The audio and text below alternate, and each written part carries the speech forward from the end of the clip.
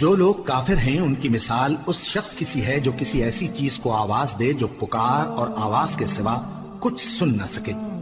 یہ بہرے ہیں، گونگے ہیں، اندھے ہیں کہ کچھ سمجھ ہی نہیں سکتے۔ اے اہل ایمان، جو پاکیزہ چیزیں ہم نے تم کو عطا فرمائی ہیں ان کو کھاؤ، اور اگر اللہ ہی کے بندے ہو تو اس کی نعمتوں کا شکر بھی ادا کرو۔ اس نے تو تم پر بس مرا ہوا جانور اور لہو اور سور کا گوشت اور جس چیز پر اللہ کے سوا کسی اور کا نام پکارا جائے حرام کر دیا ہے۔ ہاں، جو مجبور ہو جائے بشرطے کہ اللہ کی نافرمانی نہ کرے اور حد ضرورت سے باہر نہ نکل جائے، اس پر کچھ گناہ نہیں۔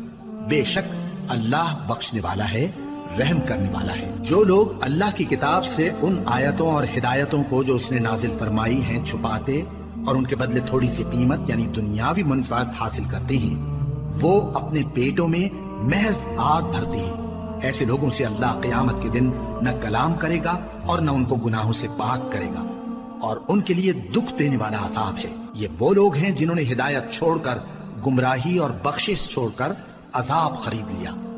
یہ آتش جہنم کی کیسی برداشت کرنے والے ہیں۔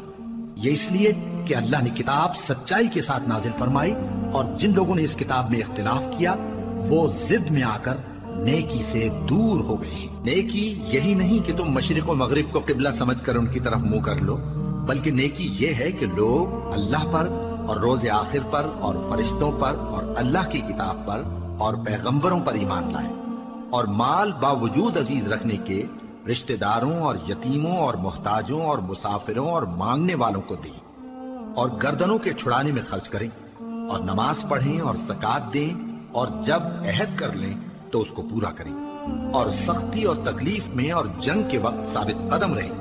یہی لوگ ہیں جو ایمان میں سچے ہیں، اور یہی ہیں جو اللہ سے ڈرنے والے ہیں۔ مومنوں، تم کو مقتولوں کے بارے میں قصاص یعنی خون کے بدلے خون کا حکم دیا جاتا ہے، اس طرح پر کہ آزاد کے بدلے آزاد مارا جائے، اور غلام کے بدلے غلام، اور عورت کے بدلے عورت۔